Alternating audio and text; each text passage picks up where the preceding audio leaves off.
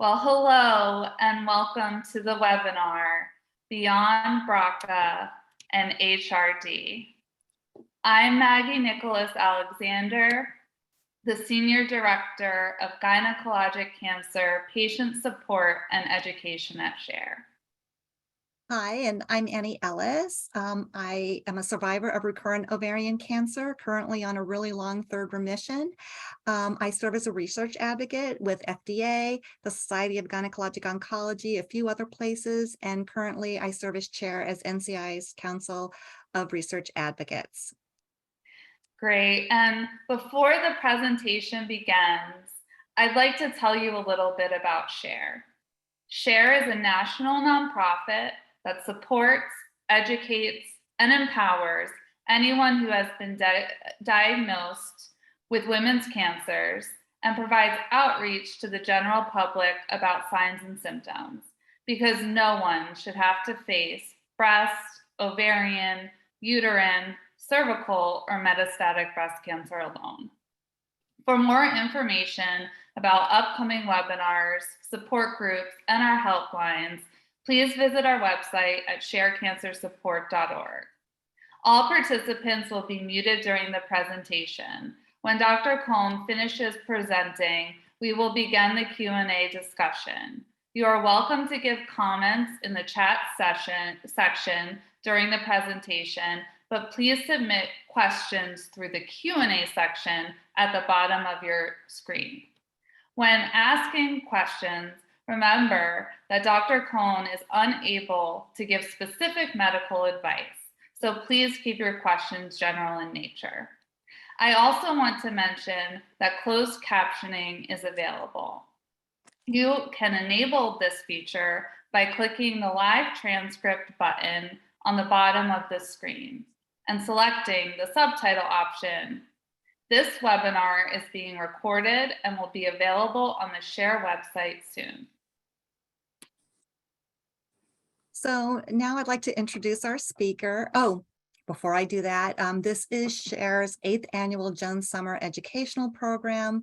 Joan was a nurse who was diagnosed with stage 4 ovarian cancer during the birth of her third child.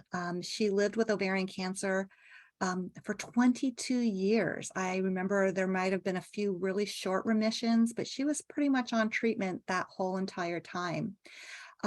She lived with a natural wry humor and extraordinary intelligence. Joan and her family have supported and inspired the SHARE community, and her legacy continues. And I would like to say what an inspiration she was to me personally. When I was going through my recurrences, as long as Joan was breathing in and out, I knew I had a chance. So now I'd like to introduce our speaker, Dr. Elise Cohn.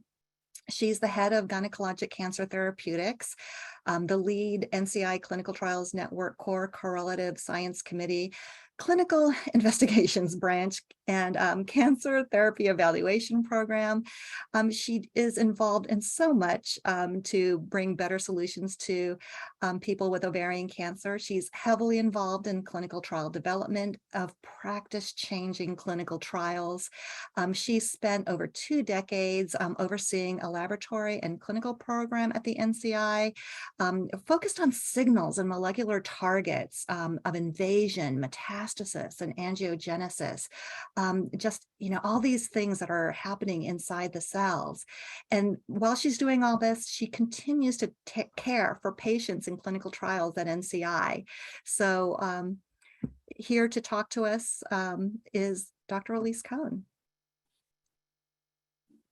Hello, I'm coming to you from the family room of my friend's house because I've spent the last 4 hours with Verizon trying to figure out why I don't have internet at home. And so that's why we're delayed. I apologize. I guess the major downside of being a teleworker is when the telepart doesn't work. So with that, we've worked it out so that my friends at SHARE will do my slides, and I'm going to turn my video off during the time of my talk and then try and get it back on while we're doing our Q&A.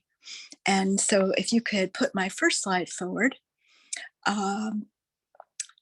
I realize that this is a critically important topic these days, because many of us think that we can only have PARP inhibitors if we have a BRCA mutation or HRD, which I'll define, but that's really not where the life situation is right now. So I think that having had some really fabulous conversations with Annie allowed me to figure out what we should talk about in our brief presentation, and then open for questions. And I want to dedicate this not just to Joan, whom I had the privilege and delight to meet, but also to my cousin, who some of you may also have met, who had ovarian cancer for about 13 years and is my hero, and one of the reasons that I continue to drive forward. And so in honor of Joan and Annie and Allison, let's go ahead and move on to the next slide and put things into perspective. So what is a PARP inhibitor? What does it do? And does it matter if I don't have a BRCA mutation or HRD? So at the simple level, DNA is a source of information within the cell. Every cell has the same DNA, but it chooses which parts of the DNA to use, which is why we can have hair versus toenails versus skin. Keeping the DNA intact and accurate across everything the cell does is critical and amazing, and is a true miracle that allows us to stay alive. However, despite multiple redundant, repetitive ways to protect the DNA, errors occur. And what PARP inhibitors do is block some of those repair ways. And therefore, it doesn't matter if you have mutations or not, because it's still going to affect some of that protection. So if you move on to the next slide, think of the DNA as the bridge on the side. And if there's an error, you're not going to propagate information correctly. That error could be due to a BRCA mutation, due to some other inability to repair correctly that gives a BRCA mutation-like behavior, which is what HRD is measuring. And then there are drugs that can prevent repair properly.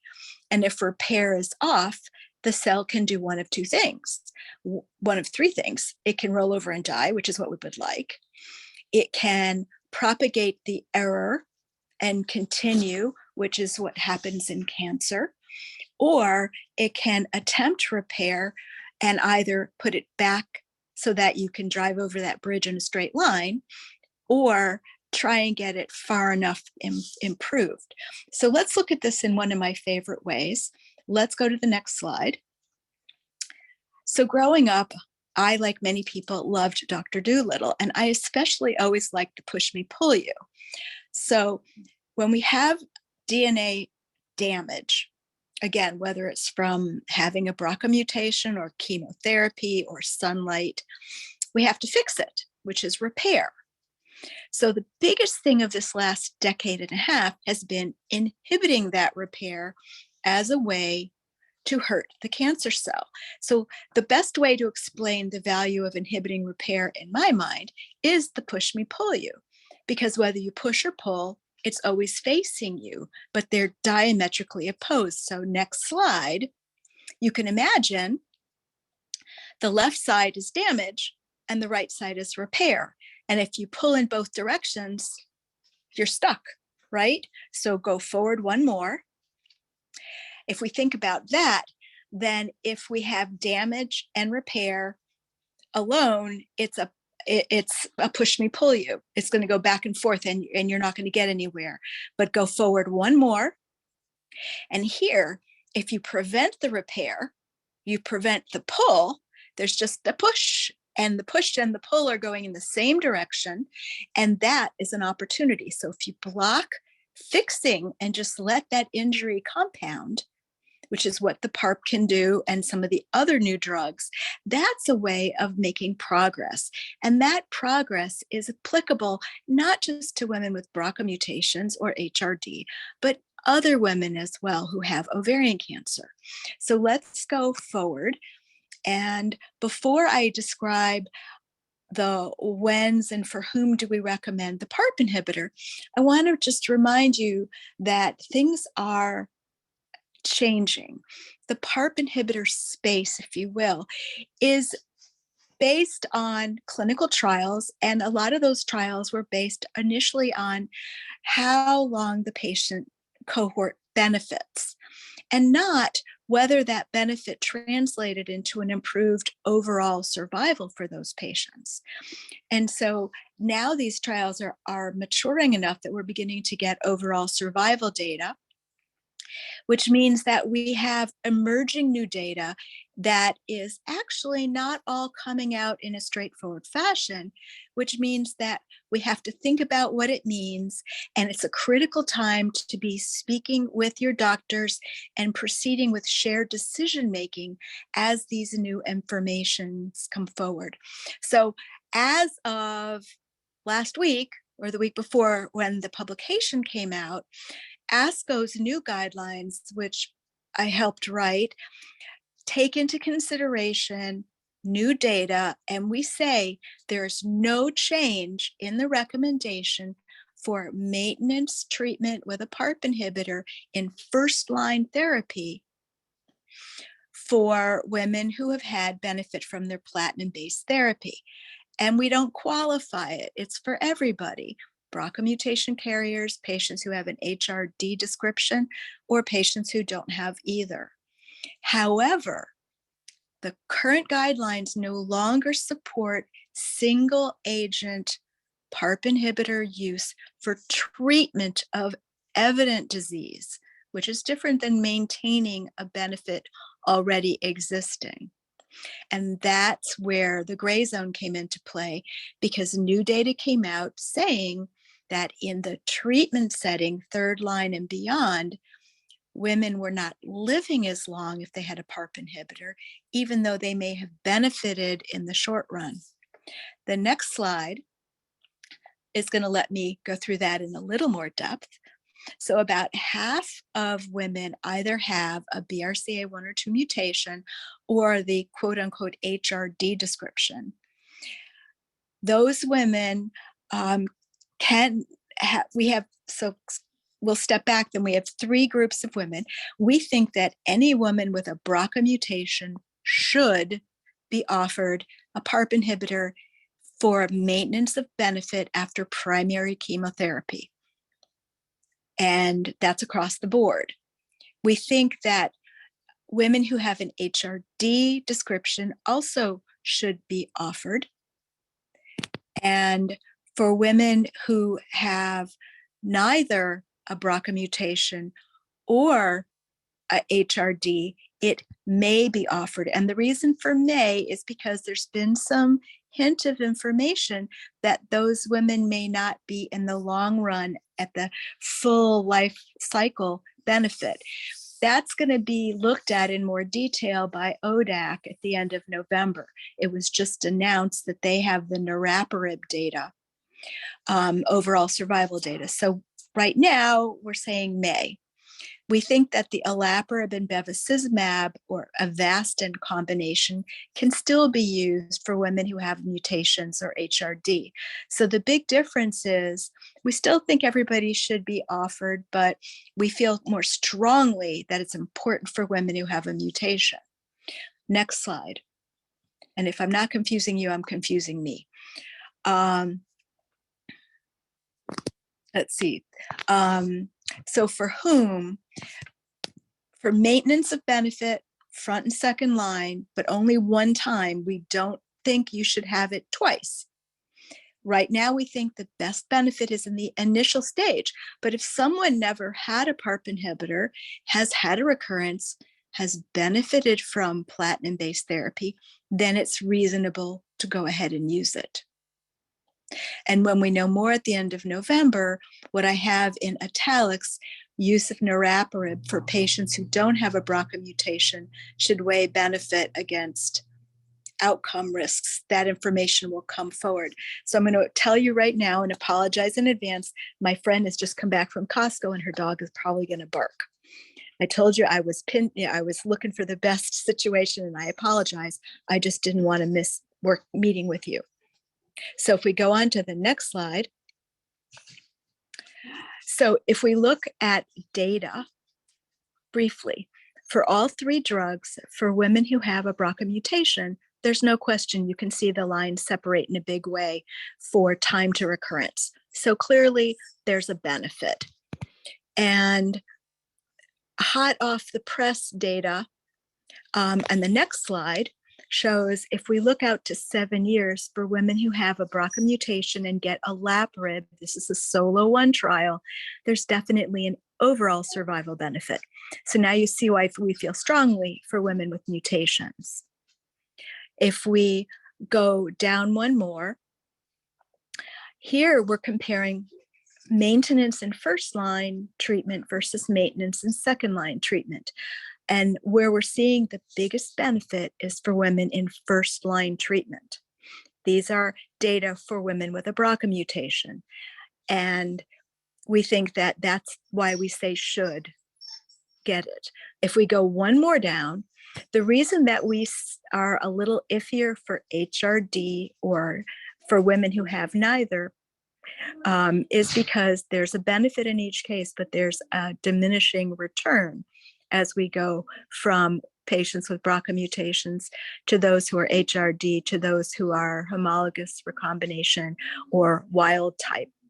There's still a small benefit, and that's why on the far right, if you don't have either HRD or BRCA, we say you should discuss it with your doctor. So in summary of this part, maintenance, frontline therapy, yes. If you've not had a Parp inhibitor, maintenance, second-line therapy, yes, if you have a BRCA mutation, most likely if you have HRD, and talk about it with your doctor to be sure how you want to proceed if you don't have either. If we go to the next slide, why we're not supporting Parp treat as treatment, meaning you've had a recurrence. Are you going to get traditional chemotherapy or a clinical trial or single agent Parp inhibitor?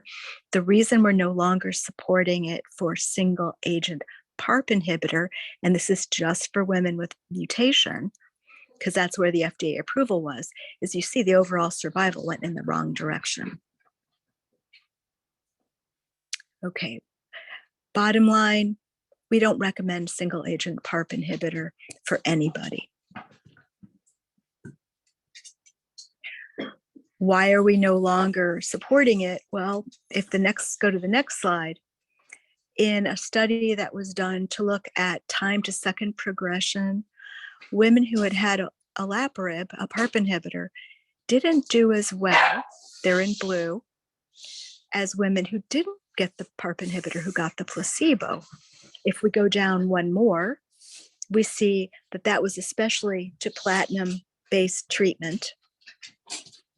And if we go down yet a third time, there was really no difference if they got a targeted therapy of a different sort.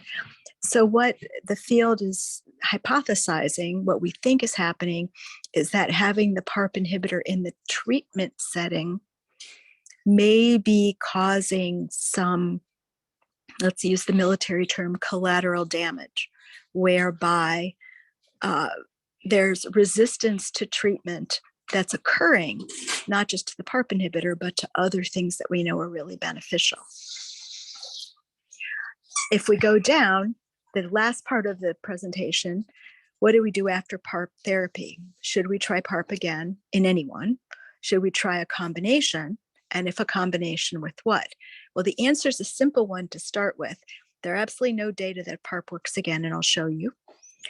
Combinations are clinical trials only, and I always think those are good things to do. And there's some interesting combinations being developed. So next slide. This is from the Oreo study, which Katie Moore says is the most negative positive study she's ever seen. And that's because it really showed a difference of less than 2 months between patients who had BRCA mutation, who had previously had a Parp inhibitor and got it again. So do we recommend Parp after Parp for anybody? No. Next slide.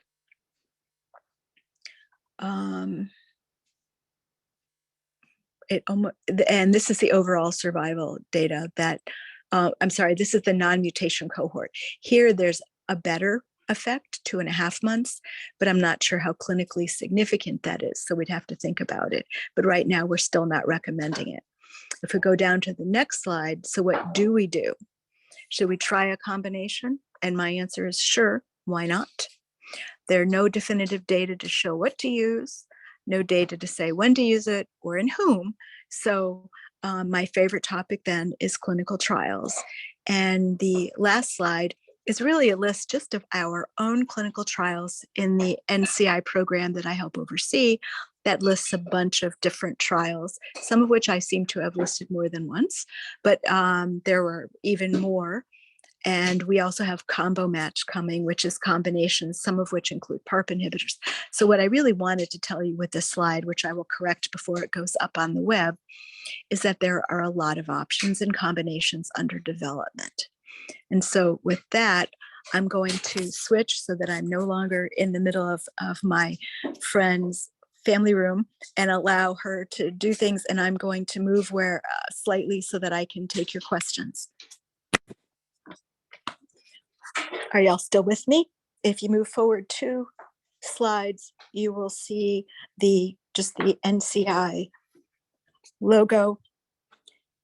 And there we go. So hopefully you're all still with me. And we can move into questions, for which I'm going to need the help of the share folks. Because there we go. I'm still working. Great, thank you, Dr. Cohn. I think that was a really nice sort of overview you provided and some great context for the rest of our discussion. So we will begin the Q&A now. You can still submit questions in the Q&A section at the bottom of your screen. We will try to get through all of the submitted questions, but we may not be able to due to time constraints. So as we wait for people to start, getting their questions in, I'm going to go to some of the ones that were submitted in advance. And I think, a great starting point, especially with this conversation, is if you could just explain the difference between HRD and BRCA. Okay, so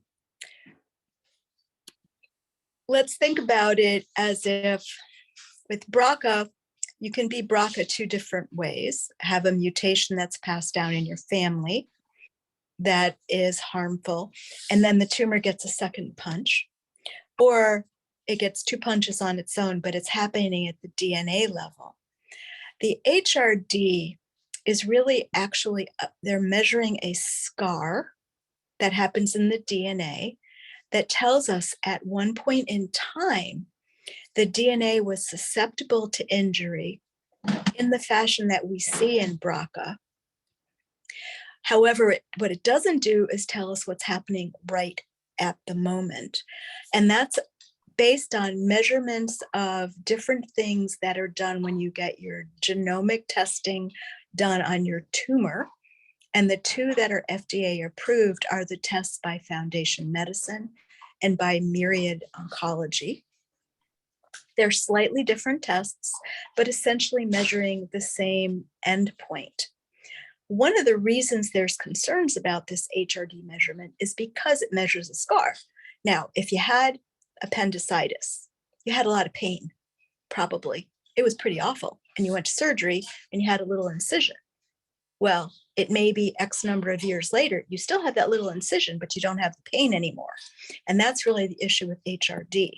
At what point do you no longer have the pain, but still have the scar? Meaning that if the test is positive, but it's not describing what's happening in the moment, that may be why it's more accurate for patients who are newly diagnosed, because the tissue is reflecting that initial behavior of the DNA. And when we treat with chemotherapy, we can change what the DNA is like, because chemotherapies that we're using damage the DNA. And so we don't know what's happening downstream. And so we know that the information it suggests is that the tumor is not able to properly repair the DNA. So it's got a little Achilles heel, not as big as if you had a BRCA mutation. That's a big Achilles heel. And that's why, if you remember that one set of graphs, there was a big difference for patients with BRCA mutation, slightly less of a difference for patients with HRD, and a little bit less with patients who are wild type who don't have either. That doesn't mean we shouldn't consider PARP inhibitors. It's just that we're still learning the right and best way, time, and combination with which to use them so that we can benefit all of our women with ovarian cancer. No, thank you so much, Dr. Cohn. I really appreciate that explanation because it really helps us understand the differences in response for these different categories. And I think that's been, a source of confusion for many of us. One thing I'd like to do, if we could, is you had the list of clinical trials for a slide of what was available at NCI. Is it possible for us to take a quick look at that? Because I noticed that some were PARP inhibitor and some were not, or is that something to talk about later? Annie, you can make the call. I did see that in modifying my slide, I have some repetitives in there. And so before we get final, I'll get it cleaned up though, because I want to make sure my friends at accurate. Yeah, I think, when people are managing, recurrent disease, seeing what's available and what's being studied is just a huge source of hope. And I think, seeing a slide like that, Victoria, can you bring that one back up? Do you know which one we're talking about? Yeah, I think beautiful. And this is the kind of thing. We can talk about it briefly. Yeah. So one of the things that I said is we really don't know when and how and what combination. And one of the things that's being really looked at, Annie, and you're aware of this because of some of the committees with which we work, but one of the real questions for us is if someone either doesn't have that susceptibility at the genetic level for a PARP inhibitor or has already had it and had disease grow on the PARP inhibitor, is there a way to resensitize? Can we get that window back?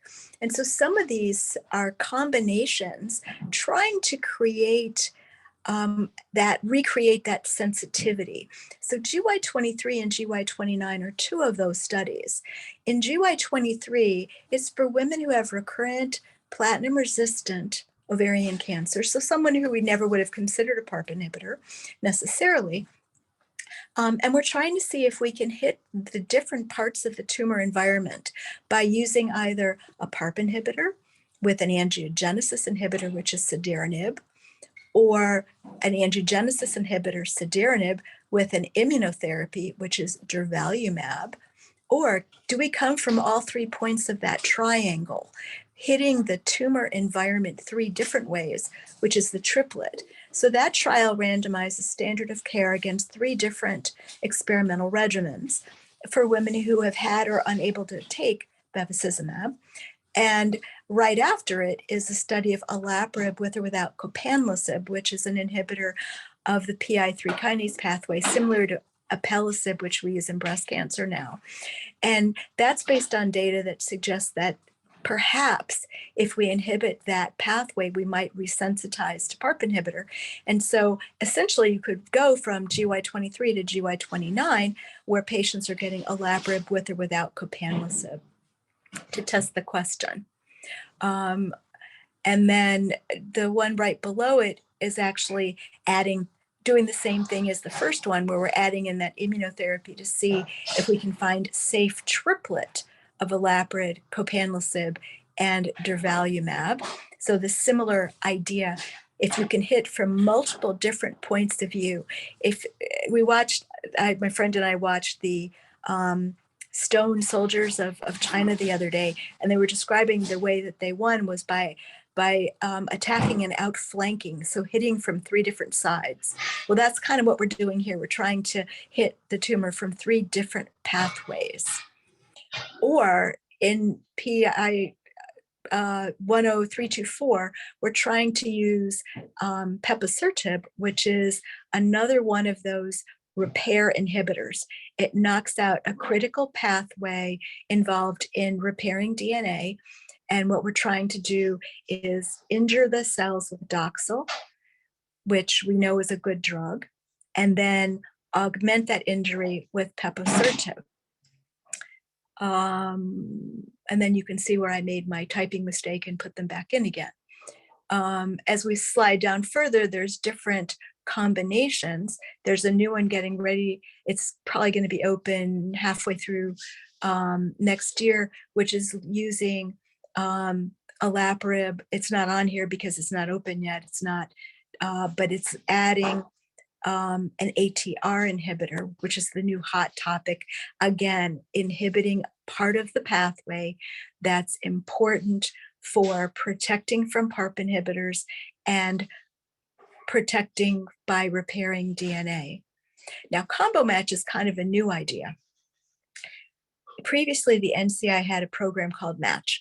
And if your tumor had some mutation, you got matched with a trial that asked, does this drug work against this mutation? This time around, we're doing combinations. So there may be two drugs put together. One of them is olaparib with selumetinib, which is a MEK, a MEK1 inhibitor. But there are other combinations where the idea is certain populations of patients may be more susceptible.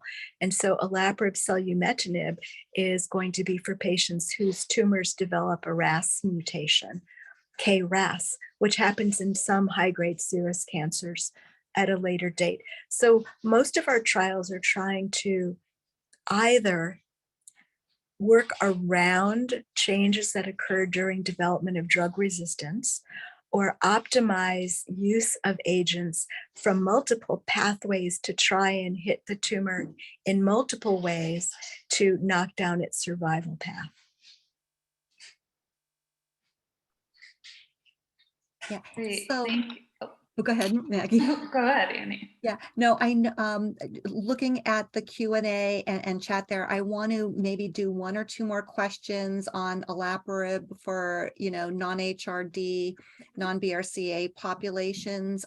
We appear to have a very heavily pretreated group here who are looking for some answers. And, Dr. Cohn, if I'm understanding right, we're not expecting as robust a response from this population, but there could be a response, especially with some of these new combinations in trial.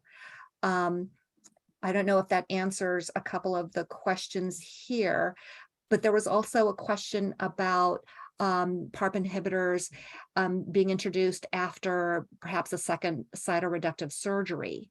Does that play any difference, or do we just not have that information because it's not been studied in trial? So the answer to that one is more complicated. So let's go back to the issue. If you've had a PARP inhibitor, should you get it again? And the answer to that is not unless it's a clinical trial.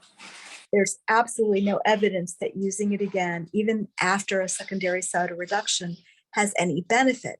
We do know that there are harms of PARP inhibitors. Some patients get headaches, some patients get nausea, everybody gets some level of anemia, and there is a small but clear risk of long-term development of leukemia. It's very tiny, but tiny still matters. And so, I certainly have seen it where doctors have used it repetitively. The guidelines don't support it, the data don't support it, and I personally would be concerned about it. If I were asked to do it, I would explain to my patient, and we would talk about the reasons that I'm not comfortable. And I think the Oreo study, which took the group of patients most likely to benefit again, those women who had BRCA mutations. So remember on that slide, that was where the biggest difference was and where the survival difference was.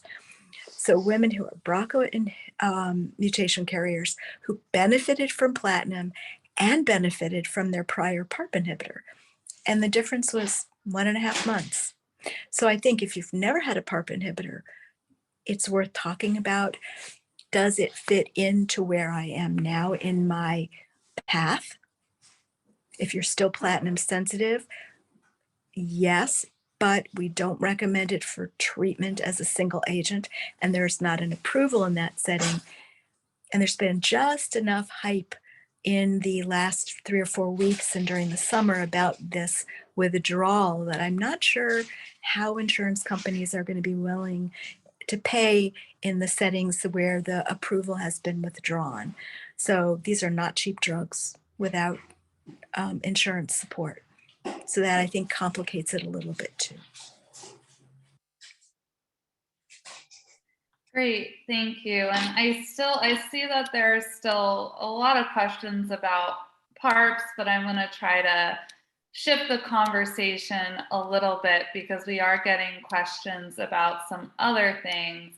And I did see that someone was asking about Bev, and they're saying, you know, for some of us with a history of frequent bowel obstructions, Bev is not an option.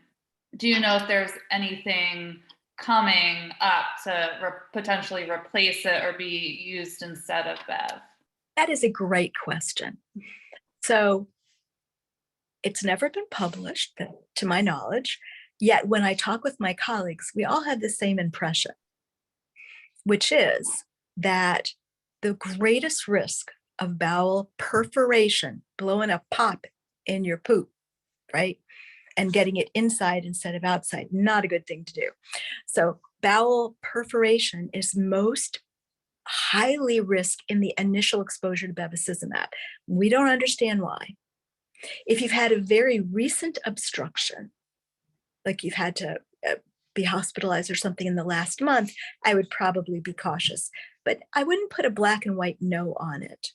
We know that it does add benefit, and a lot of us actually recommend using it later on only because the benefit of adding it in platinum-resistant recurrence, the Aurelia trial everybody talks about, the weekly Taxol plus Bev went from 3.4 months in the population, so remember that's a population, not an individual, to 3.9 to 10.4 months. So there's a big bang for the buck using it later on. I'm usually more not so enthusiastic up front.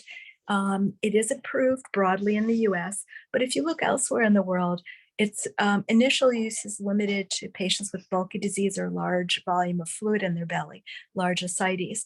So I think Bev is a good drug and we shouldn't automatically cross it off just because there's been a recent bowel obstruction, because, you know, if recent was 6 months ago, I don't care. If you're not having symptoms now, and if you've had Bev multiple times, I think the likelihood you're going to perforate from the bevacizumab is low, maybe from the tumor, but I think it's pretty low. So I do think it's still a really good drug. So I'm going to kind of ask a two-parter here because, you know, we were talking about PARP inhibitors and bevacizumab, which, you know, both have really are useful in the maintenance space. Is there anything else being developed in the maintenance space that is particularly exciting? And I guess part of the motivation for this is, you know, when we think about managing recurrent ovarian cancer, we're wanting to do this long term, and maintenance seems like a really good strategy if there are things available to help us, you know, get to the long term. So let's start with that part first. I think it's a really important question. Keep in mind, if you're using a drug, you're still exposing tumor cells to it, which means you're still creating the opportunity for resistance. That's why the BRCA solo 1 data are so interesting, because there it was limited to 2 years and the benefit in progression-free time was over 5 years and the benefit at survival continues. And that's with a limited exposure. So I think we have to remember it's still a treatment even in maintenance, and it still has toxicity in maintenance. And you still have to go in every X number of weeks, three or four or whatever. So there are costs in terms of time, how you feel, side effects in long term. Are there other things being developed for maintenance? Well, we're waiting for the 6 large trials that thought immunotherapy was the golden bullet, and they should all start reading out at some point soon. And we'll know that. There are a lot of other targets that are being eyeballed, and ideas are under development to look at them. Everybody wants to throw everything into maintenance because if it worked during treatment, it should work in maintenance. But that may not be true because remember, when you're using it during treatment, it's because you're having a square dance with other partners, right? You're getting chemo at the same time. But in maintenance, you may be doing a solo tap dance and they may not be the same.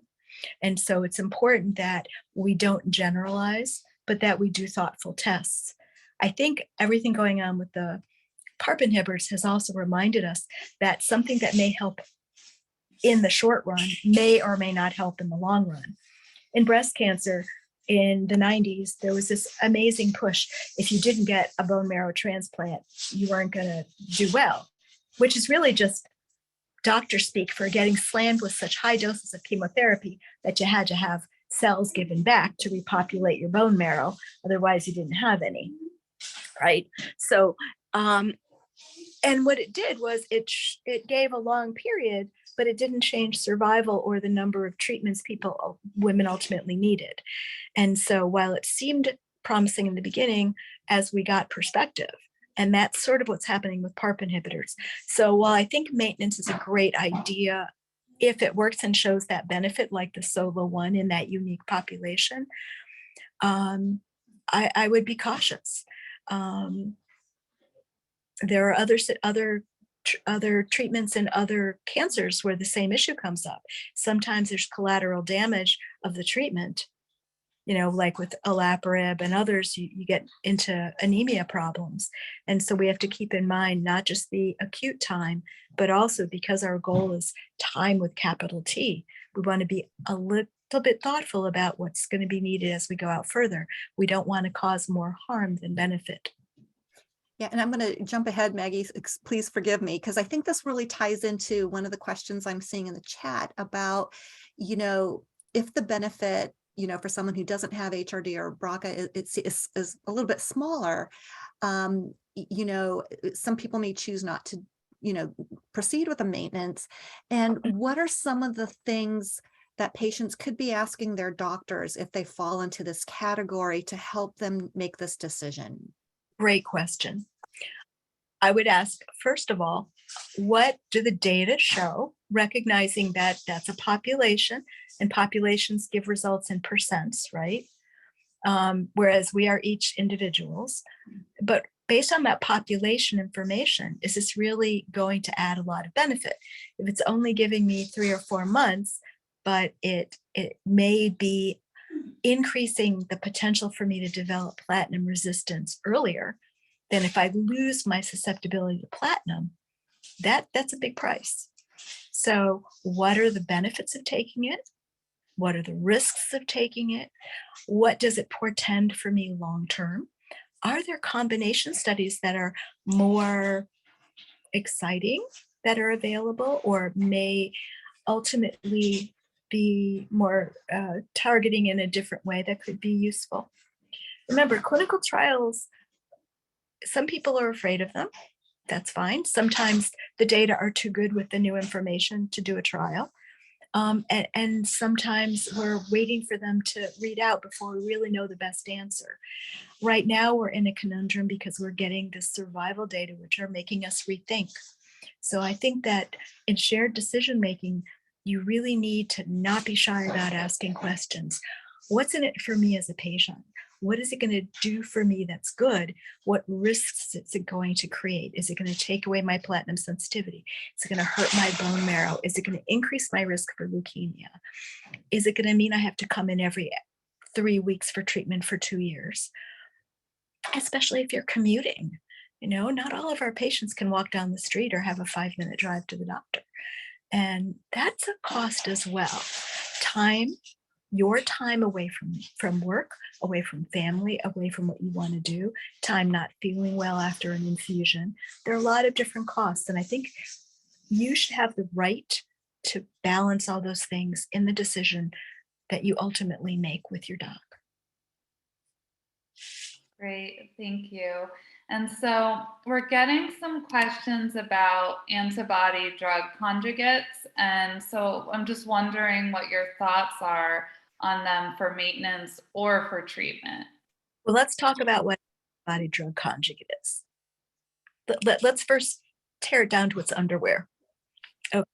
It's an antibody. What is an antibody? It's something that recognizes in a very specific way an antigen, something on the cell or in the cell. So it's targeting to that. And then it's linked with fancy chemistry to something that causes injury.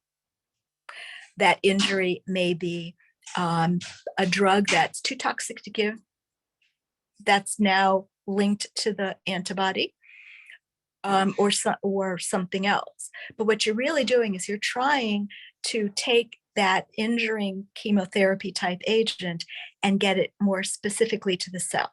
So the first thing is, do the cells in your tumor have the point to which that antibody is targeted?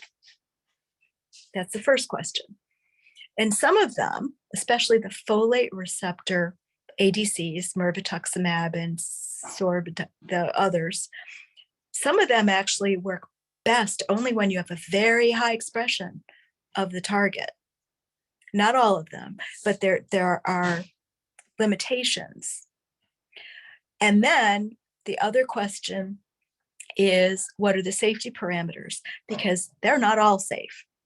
We know what dose to use, but they all have side effects. The one we're using in cervical cancer, tisotumab vedotin, causes some really interesting eye toxicity, and you have to take like 4 different drops. Now, if you're not going to be willing to do that religiously, you shouldn't take the drug because the risk of damaging your eyes.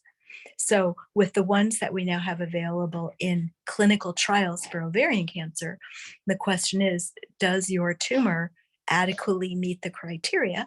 Does it have enough of the target? That's the first part.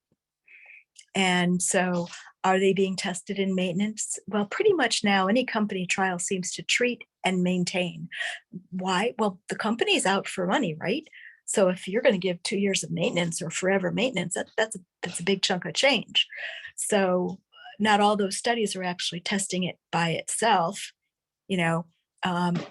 as well as in combination. So it's not all doing the square dance and then the tap dance with the group and separately. So you really have to think about it and understand, what is the drug supposed to do? Am I my tumor the best option for that, given the target? And then what are the data to support the use that's being proposed? We're at a time where we have more options in the clinical trial space than we do standards of care, which is great. But it also means that there's a lot of unknowns. It also means that because there's a lot of unknowns, we don't always know how to prioritize. And so for those of you who are asking me, what should I do first? The answer is, I can't tell you. So speaking of prioritizing, we have a number of, participants today who are in that platinum resistant space. Is there anything especially exciting in the pipeline, or that you've heard about, or something that they could prioritize, their next step to? So I think there's a lot of really interesting clinical trials. There is nothing that is immediately on the approval horizon or has been approved recently for women with platinum-resistant ovarian cancer. But there is a large number of trials, both in the industry space as well as the academic world.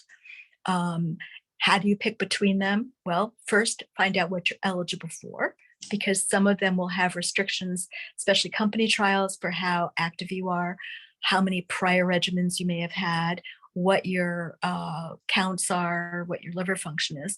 So the first thing is to narrow down what the option list is, and then go through some of those questions we were just talking about with your doc, including, even things as simple as the schedule, because that could have a big bearing.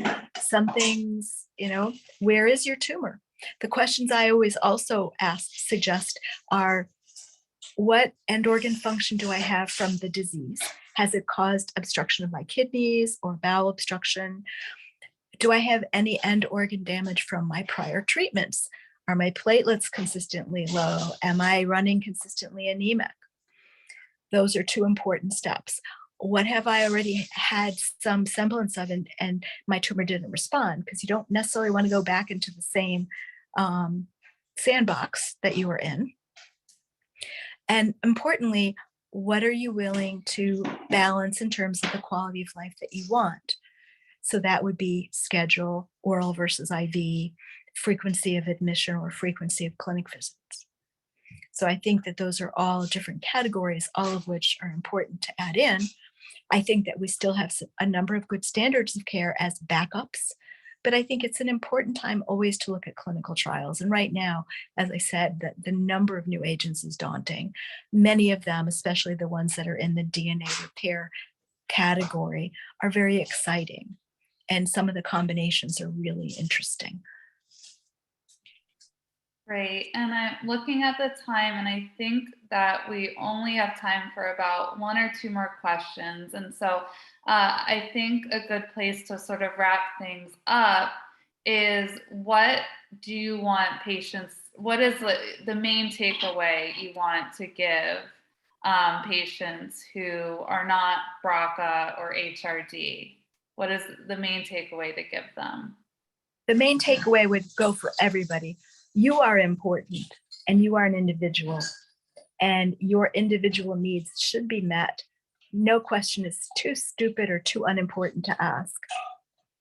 In terms of selectively, for those of you who don't have a germline BRCA mutation or HRD, I think before you accept a Parp inhibitor automatically or a maintenance, ask. I think you should ask that no matter what, though. I think you should say, what are my other options? Balance whether you want to be taking something or you want a drug holiday. Those are fair questions to ask. And I don't know that it really matters whether you have a BRCA mutation or not.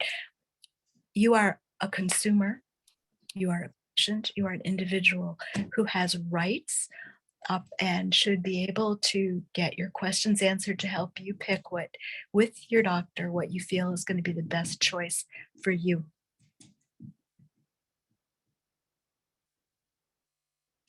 Well, And I can't think of anything better to end this program on, Dr. Cohn. I just thank you so much for spending time with us. We know these are confusing times with so many different approvals and indications, and just a lot of confusion about who is eligible for what and when. And I really appreciate the time you took to help explain that to us. I thank everyone who participated today and also submitted questions. I think what I'm coming away with is, you talked about dancing, and, we all want to have that dance with Ned, no evidence of disease. And, just it makes me realize that we're always in a dance, whether we're dancing with a bunch of chemo partners or tap dancing solo. And with Share, you're not dancing alone. So make sure you check out all of the upcoming ovarian programs and share these programs with your communities. Your friends and family are welcome to attend. And you don't have to have a cancer diagnosis to attend a webinar. Just make sure to follow us on social media as well. Please take a moment to fill out the survey at the end of the webinar. The survey will show up in the browser when the webinar ends, and a link will also be in a follow-up email. Your surveys are anonymous, and they really help us with our programming. So, well, this concludes the webinar. Maggie and I and Dr. Cohn and everyone at Share just thanks you for attending, and just remember that we're here for you. Bye, everyone.